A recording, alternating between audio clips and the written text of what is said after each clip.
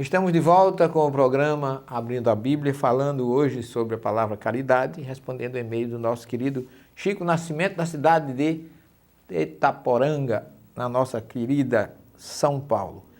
Aqui ele coloca assim: eu queria só narrar um fato, não sei se eu já narrei aqui em algum programa, mas que cabe aqui muito bem.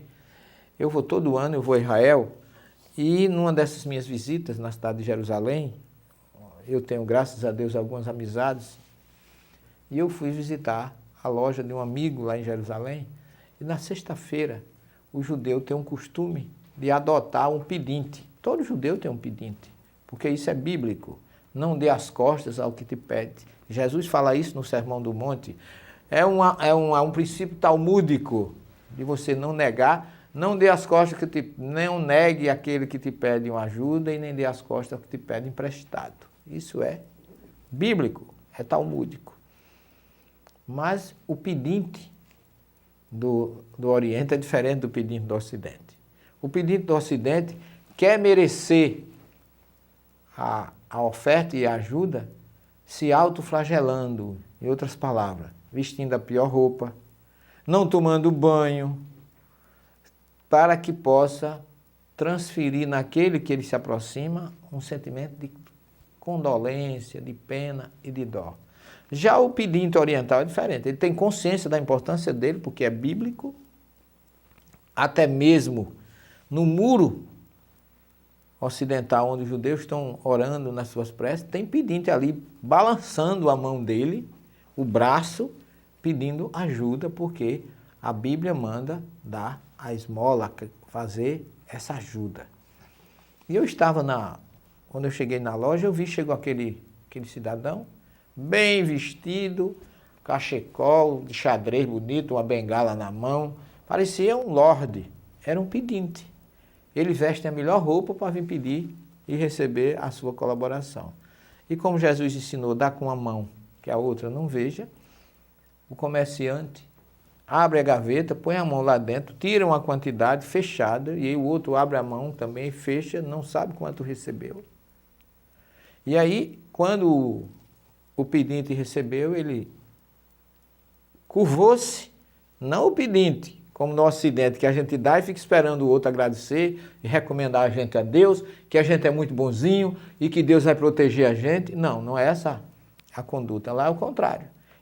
O nosso amigo deu a esmola, se curvou perante o pedinte e agradeceu em hebraico, Todá Rabá, quer dizer, muito obrigado, ao que o outro naturalmente foi embora. E eu, como bom observador ocidental, vendo tudo aquilo, eu digo: gente, você dá a esmola e você que agradece. E a resposta dele foi muito interessante, que ele me disse: sim, eu agradeço, porque dar esmola é um mandamento da Torá. E se não fosse ele, eu não tinha oportunidade de realizar esse mandamento perante Deus. Então ele está sendo um instrumento para que eu realize uma ordem divina. Eu achei aquilo muito bonito e aí eu argumentei: que bela caridade, ao que ele me retrucou: não é caridade. Isso é justiça.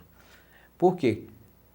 Deus dá indistintamente para nós todos. Se eu tenho e ele não tem, está havendo uma injustiça que não é divina, é do homem.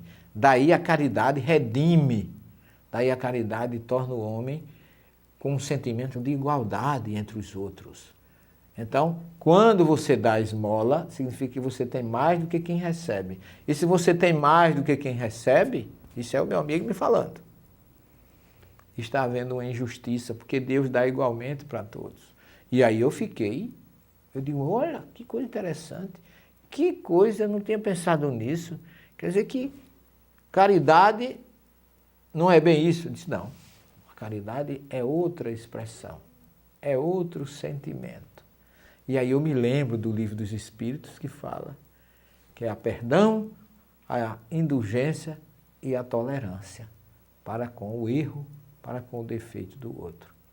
E aí vem alguém judeu, Paulo de Tarso, na sua primeira carta aos Coríntios, capítulo 13, explicando o que é caridade. E não amor, porque ele fala a palavra que a maioria das Bíblias traduzem como amor, Não é amor, vem de caridade.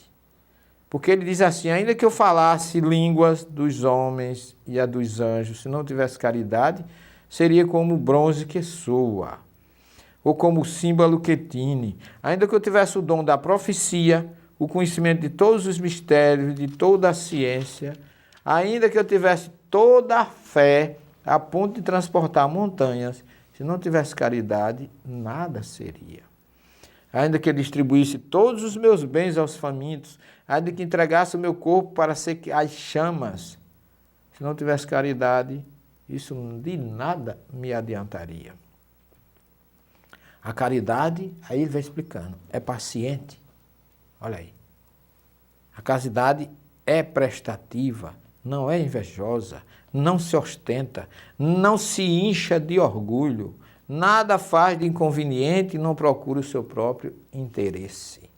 Não se irrita, não guarda rancor, não se alegra com a injustiça, mas se regozija com a verdade. Tudo desculpa, tudo crê, tudo espera, tudo suporta. Caridade jamais passará. Quanto às profecias desaparecerão, quanto às línguas cessarão, quanto à paciência ou quanto à ciência também desaparecerá, pois o nosso conhecimento é limitado, e limitado é a nossa profecia. Mas quando vier a perfeição, o que é limitado desaparecerá. Quando eu era criança, falava como criança, pensava como criança, raciocinava como criança. Depois me tornei homem, fiz desaparecer o que era próprio da criança. Agora vemos em espelho e de maneira confusa, mas depois veremos face a face. Agora meu conhecimento é limitado, mas depois conhecerei como sou conhecido. Agora, portanto, permanecem fé, esperança, caridade. Estas três coisas, a maior delas, porém, é a caridade.